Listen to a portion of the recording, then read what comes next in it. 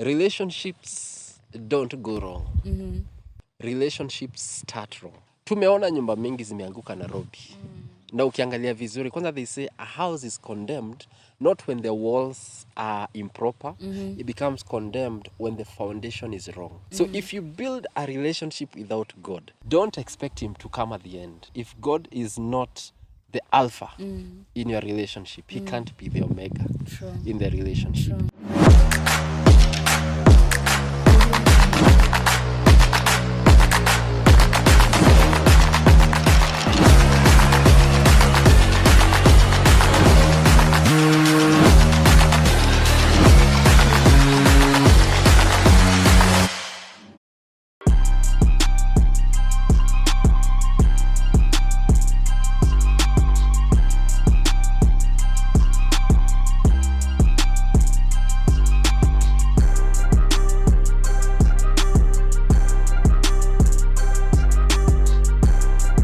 Are very high that you have clicked on this video because you have had your own share of breakup, and the truth of the matter is that we've also had our own share.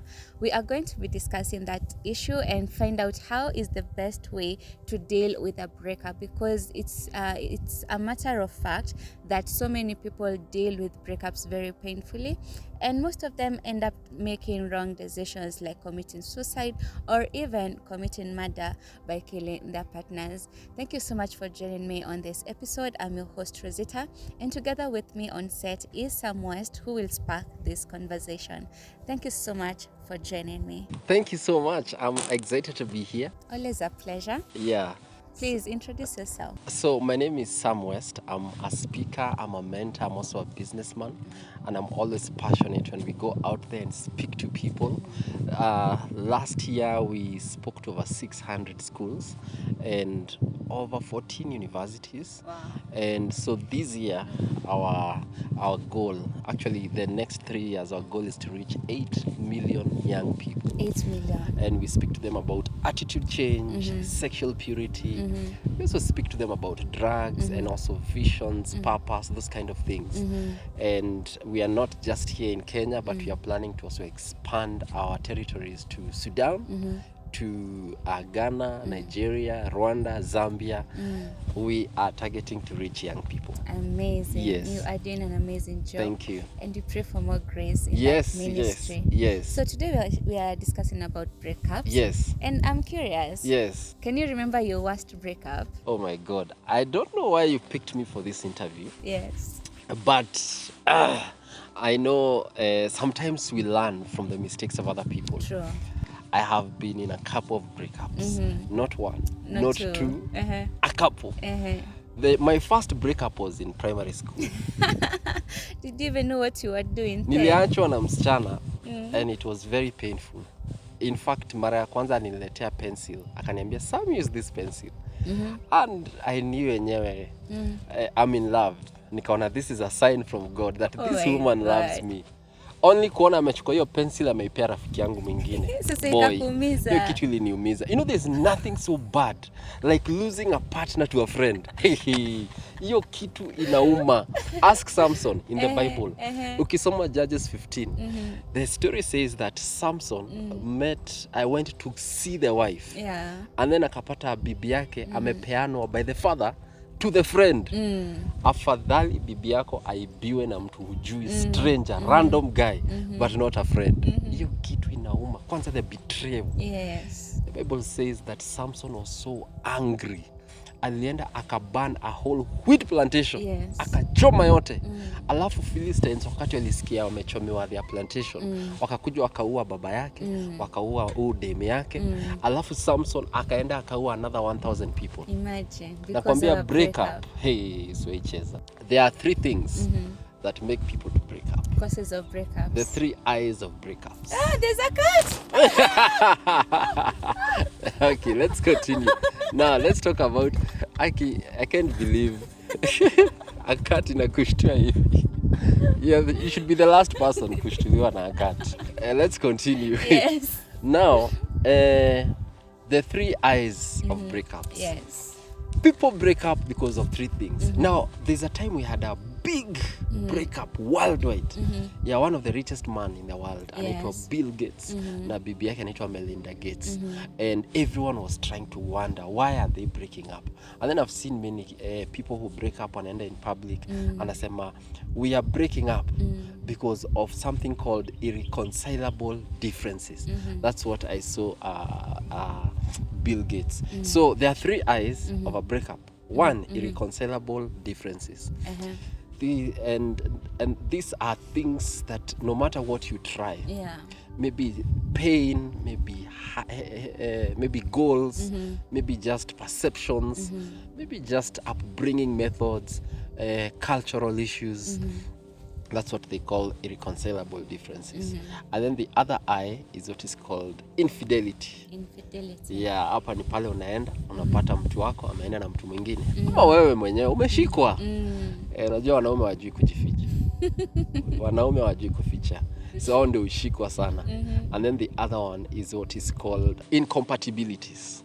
When the two of you are not able to get along together. You see, a man and a woman are supposed to complement.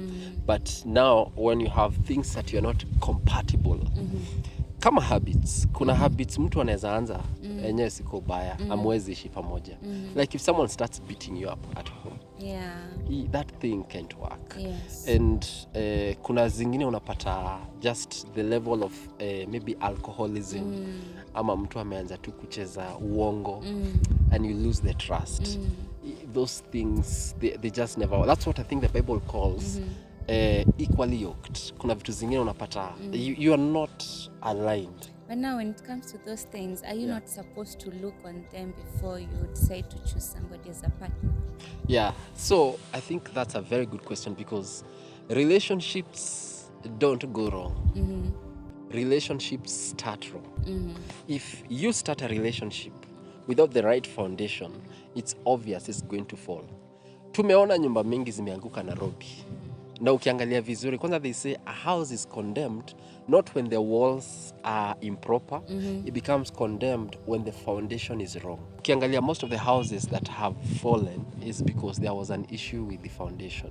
And the Bible talks about it and says that there were 2 builders, one who built a house on sand, loose sand. Then there was another one that built a house on a rock. It says when the wind and the storms come, the one that built a house on a rock, it still stands. So if you build a relationship on the wrong foundation, which I normally say, if you start a relationship without God, Bible says in the beginning was God. So if you build a relationship without God, don't expect him to come at the end. Because there are people who say if God is not the alpha in your relationship, he can't be the omega. In the book of Luke, Jesus was asked by the disciples, is it okay for a man to divorce the wife? Na Jesus akasema, it was not so in the beginning. So what I'm trying to say is that unless the foundation is God, if you are starting it, because you know there are several factors that people look. Kuna watu wanaingia in a relationship because of the looks of a person, because the proximity of a person, and because of obligations. I was telling people about the story of Leah, Rachel. Jacob had an option, achukue Rachel, but akakuwa forced kuchukua Leah. So Leah became the wife of obligation, the wife of responsibility, but intention yake ilikuwa the wife of love. So he picked someone not because he loved that person, but because he was forced. Na nakwambia hivi Rosita, huku nje maboys wameoa mabibi kwa sababu they impregnated them, ama they were forced into it, ama wazazi wali insist. So ile siku utakutana na Rachel, siko ubaya, you will start veering off. Utapata una cheat because maybe in the house you have a Leah, then unaenda kwa ofisi, secretary ni Rachel. There is no option. You'll get yourself into trouble. So now relationships, and especially when you break up, it is so painful. Nakwambia, there was a relationship nilikuwa nayo when I was in campus. you know, I schooled in Australia. So kuingia pale Australia, I was one of the dark guys. Alafu kulikuwa na madem, wasichana, wazungu. Na kwanza walikuwa wanaambiwa maboys wa Africa. Hawa maboys wanakuanga proper. So there is one girl I fell in love with. And we connected. But kuna siku she betrayed me. Na kuambia I was angry. Hiyo kitu iliniuma. There's something that happens in you. It's like you die from within. And you know, there are so many people who are walking around in suits, big cars. They are MDs of big companies, but they are dead within themselves. There's something that happened to them when they were heartbroken. So unapata, people die at the age of 20, 25 from within, but they are buried at the age of 60. So unaishi with a level of death, because especially unaanza kuwa na essence ya life. Even if you're doing something, you're not doing it kwa sababu you want to achieve anything. There's something that died in you. And relationships and breakups can be that, they can cause that kind of trauma. There's someone who said that a breakup, the psychological pain that it brings you is bigger than death. Really? You see, when you lose someone, you bury them, and after 1 or 2 years, unaanza kuwasahau. Why? Because of absence. Now, here, me break up na mtu. So you have the same thing, pain, alafu bado utakutana naye online. Utamwona kwanza kwa US hii. Na uone kwanza kitu kingine inauma mtu akikuacha for someone else who looks better. Unajua kwanza wasichana, nilisikia ati msichana, the first thing akisikia chalia na cheat, anataka kujua na cheat na nani. Akiona ni msichana ambaye hajafika klasi yake, anakuanga na guts. Sasa unaniacha juu ya mtu kama huyu? Yani kama kuna ingine niliona online. Msichana ameenda kubust jamaa kwa massage pala. Anasema ati sasa ni nini huyu ako nayo yenye sina? Guts, juu unaona amko the same level. But ile siku ataenda aone you are cheating on her because no uko na msichana mwingine mrembo kumliko. Anaanza yani umeniacha. Yani hiyo kitu inamuuma kwa sababu. Anyway, so people respond to pain, to breakups in several ways. Actually 4 ways. There are those who respond by retreating. Wanna pull back from the society. Now wanaingia into a space of isolation. Na kuna wenye wanaingia into depression. Wanakosa kukula. Na kuna wale wenye they just stay away from the public. Hata wanaachana na kazi. Wana feel ni kama there is no need for life. You know, they just isolate themselves. Now there's another second group that open the door of perversion. Wanaingia into revenge mode. Hawa wanasema, yani, you know, you feel useless. Unajua there's a level of rejection. So you feel like you're not needed, you feel like you have no value. Unaingia in a space yenye nao hapa. Wacha nijiachilie. You decide to revenge, inaitangwa rebounds. Now hata I keep asking people, now since wewe ndio unatumia mwili yako ku revenge, nani anaumia? Is it your ex ama ni wewe? Wewe ndio unaumia sana kwa sababu ukipata ugonjwa huko nje ama ukienda ufanywe kitu, wewe ndio utaumia in the process.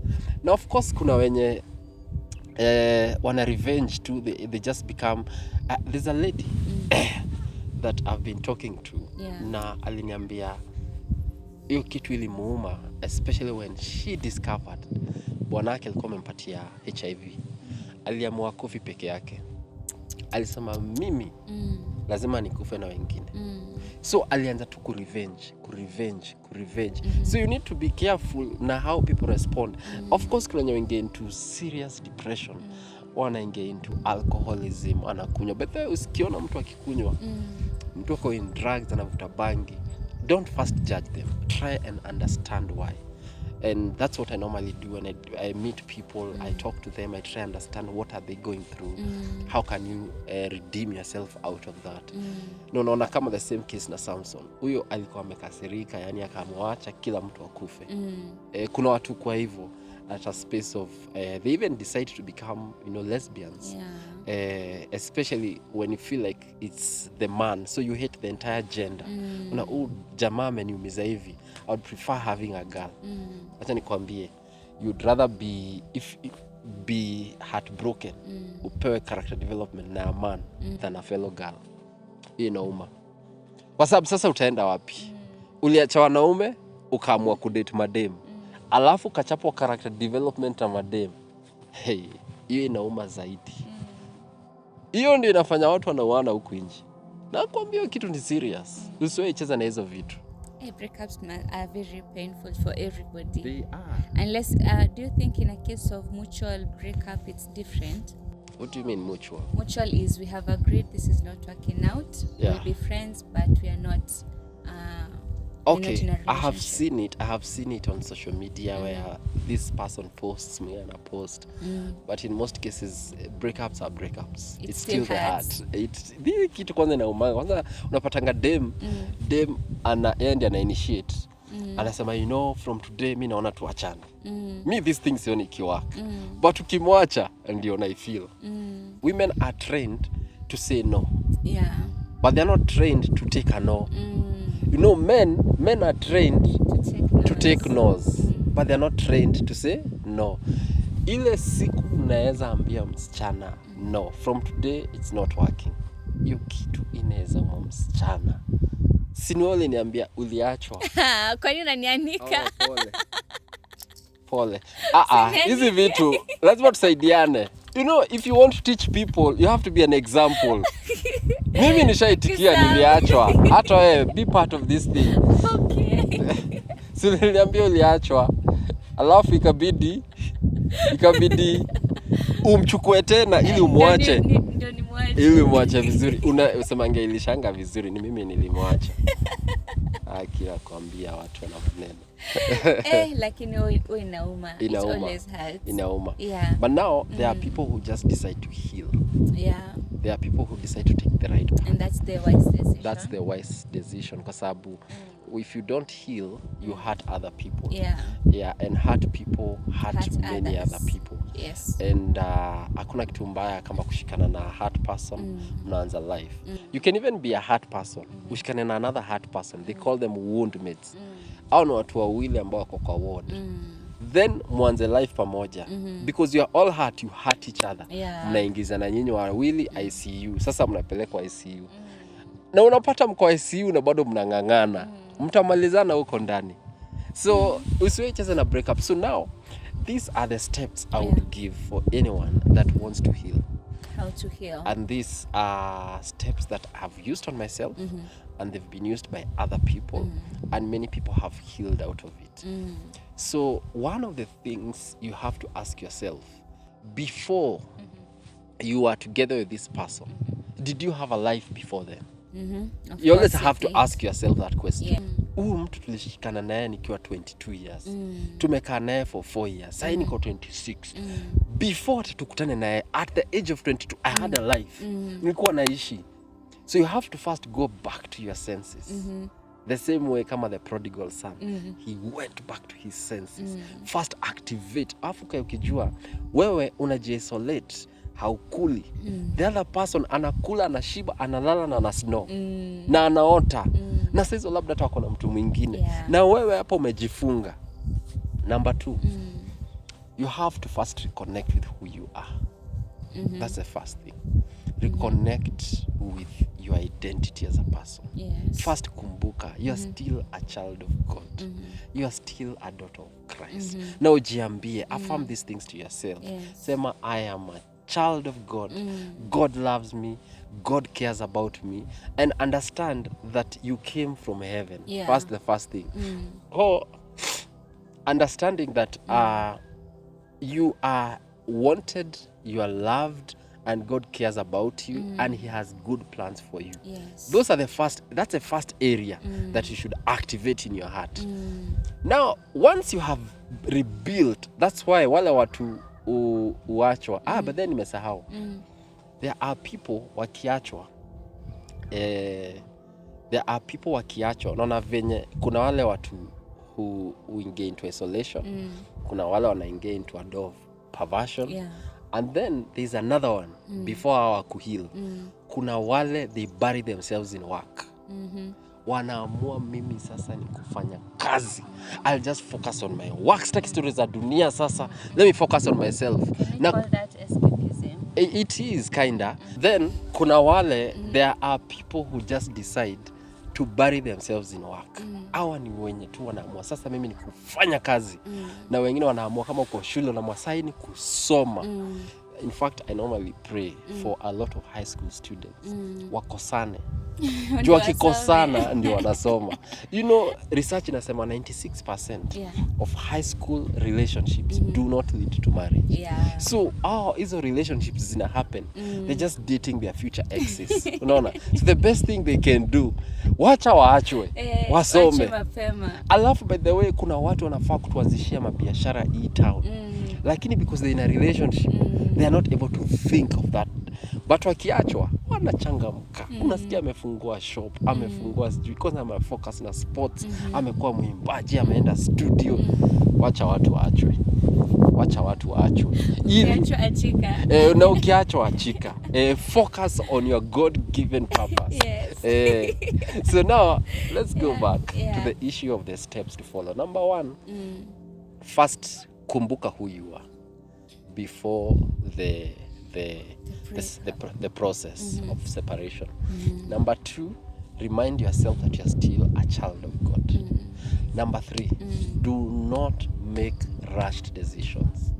In the process ya kukasirika na hizo emotions ziko high, it's easy for you to make decisions zitakuumiza na ziumize the other person. In fact, kama mko mmeinvest pamoja, don't be in a rush. Ati nataka hiyo TV yangu, nataka hiyo gari yangu. Usikuwe na mbio. You never know. Hii kitu inaweza enda either way. Mnaweza achana kabisa ama mnaweza rudiana at some point. So vile unatoka kwa mlango ina determine kama mtarudiana. Don't make things more difficult. Don't rush. Take things easy. Wewe take a time away. Enda retreat. Usianze kusema hata nataka mtoto wangu, nataka sijui nini. Hizo vitu enda pole pole. Wacha watoto waendelee kusoma as bado mnajaribu kufigure out what you want. Number 4. This is an amazing opportunity for you. Kama unapenda kwenda missions, this is the time. Unajua when you are married, haungeenda. But now you are single. This is a good, by the way, serving God when you're in a breakup is one of the best things because it helps you heal even faster. Wale watu wenye wanaingianga into drinking and drugs na sherehe, wanaenda sijui wapi, alafu wanafanya rebound, they take longer to heal kwa sababu wana complicate the healing process. But sai tafuta watu wanaenda, kama ni worship experience, enda. Kama ni watu wanaenda revival meetings, enda. This is a good opportunity for you to actually connect with your creator even more. Then it's also a good opportunity for you to reactivate your vision, what you are meant to do. Nona wale watu wenye who decide now, let me go back to my interests, to my hobbies, the things I used to love doing. Kama ni wewe ulikuwa umepanga one day I want to build a mega hotel. This is a time to start planning. Na activate your passion, let it now start. You know what happens is the more you pursue your vision, the more you become whole. The more you become single and complete and authentic and unique. Hizo vitu zote, they only come only when you are focused on your vision. Now, and then this is also another amazing opportunity to explore. Kwa sababu wewe unataka kujiweka ligi ya hapa mtaa AFC. Na labda God anataka kubariki UEFA, sijui wapi majuu. Wewe Mungu anataka kubariki maybe na wazungu, wa Chinese, unangangana na Waluya hapa na Wakikuyu. Nisa tulia.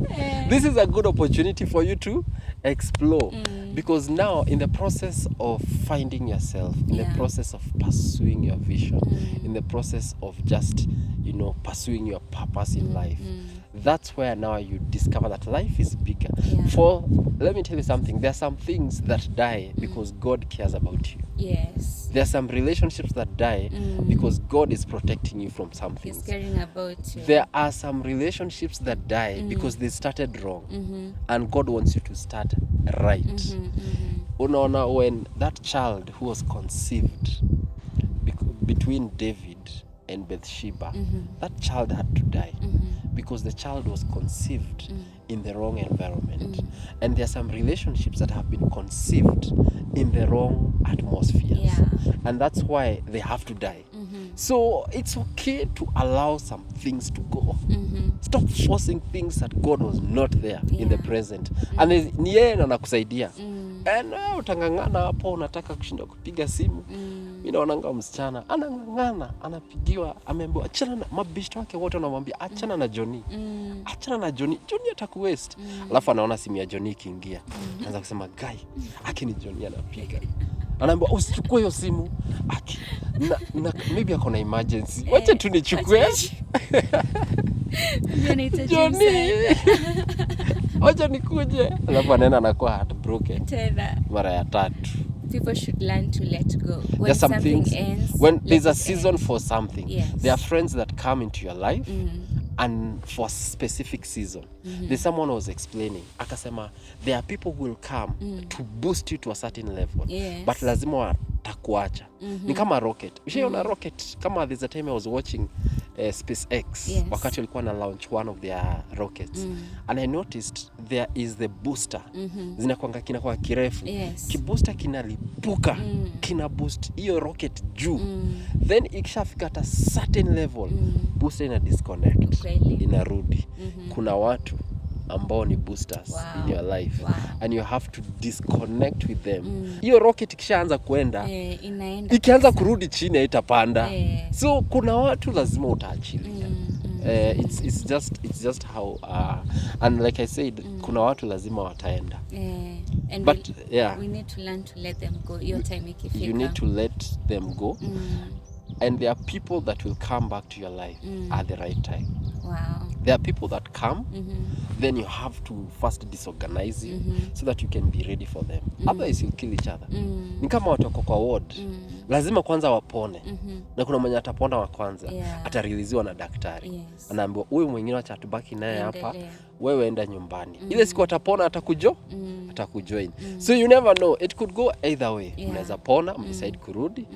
How many men do I know, wazee, wababas, wanaenda huko nje wanakosana na mabibi zao, wanaamua wacha nitafute kasichana kadogo. But there, hiyo ni kitu kingine, don't rush. Hizo rebounds usikuwe na rush nazo. There, kitu kingine, when you're going through a separation, it's good to value the sexual purity. Kwa sababu the more you involve yourself with multiple partners, what it does, ina complicate. Hizo muscle ties zinakuwa mingi. Even if God wanted to bring you back to the right person, ama una notice it's taking longer because now you've engaged into a lot of immorality. So unapata mzee amekosana na bibi yake, anaamua kutafuta kasichana kadogo. After 1 year mzee amepona.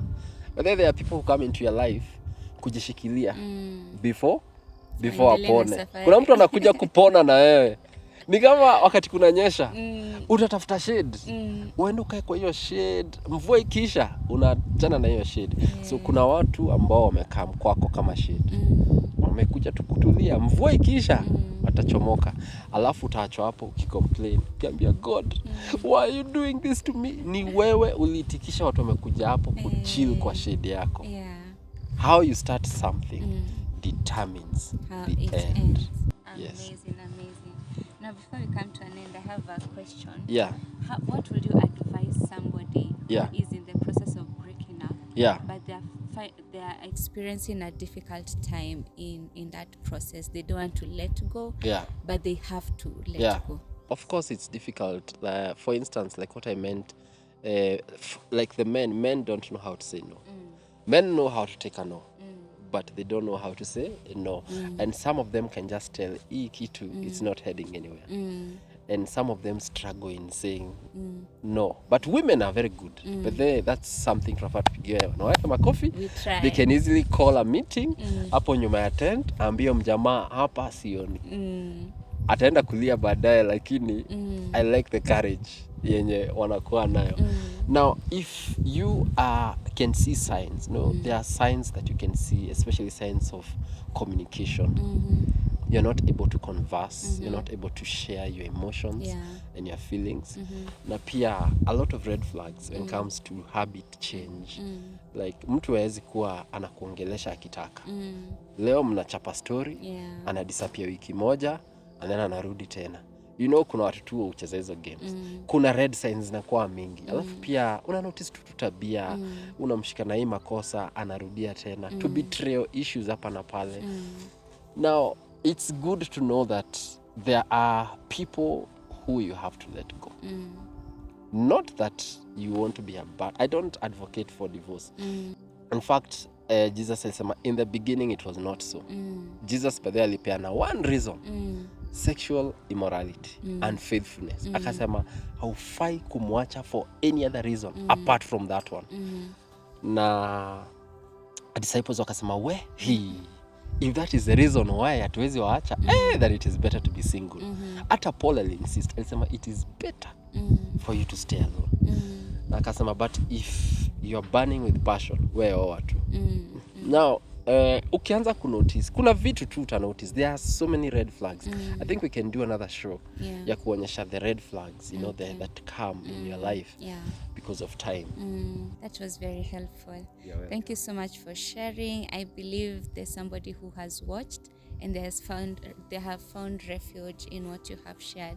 Maybe you can just give a closing remark and an advice to somebody who is in the process of healing. Awesome. Now, pain is one of the most difficult things, and pain comes to everyone. There are people who are getting into pain right now.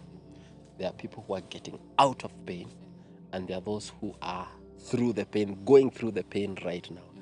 But pain does not necessarily mean that you go down with it. Whether it's a heartbreak, whether it's pain from a different source, it's just good to understand that pain can be your instrument to propel to different levels, and pain can also be used to destroy you. I normally say if you make a mistake, you can always double match. Let me explain.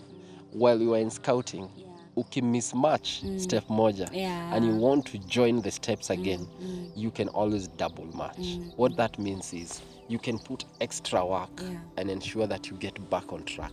The fact that you have failed right now does not mean you'll fail on the next one. In fact, if you have been in a relationship that has failed terribly and you've been in a serious breakup, if it cannot be repaired, if there are irreconcilable differences, you can always get into another relationship. True. You don't have to die. My mom once told me, hakuna haja uletwe nyumbani na coffee if you're in a toxic relationship. True. There are times you just have to use logic and not emotions. Yes. Kuna hesabu lazima upige, not from a perspective of anger and hatred, from a perspective of this thing, over a certain period it's not been working. But foundations really matter. How you start something determines the end of it. And it's good that people put God in front of everything. When Jesus is in the picture, he becomes the glue that puts you together. Wow. Yes. Wow. Deep stuff. Thank you. Thank you so much for sharing that information. Truly, you have emphasized on the fact that a breakup is not the end of life. Yes. There is a life after breaking up. Yes. So, dear viewer, do not give up on yourself. Do not give up on your life. There's still hope for you, and there's still light ahead of you. Thank you so much for watching this episode. Be sure to subscribe to this channel for weekly episodes. Be sure to join us next week. And I was your host, Rosita. My guest was Sam West. Thank you so much.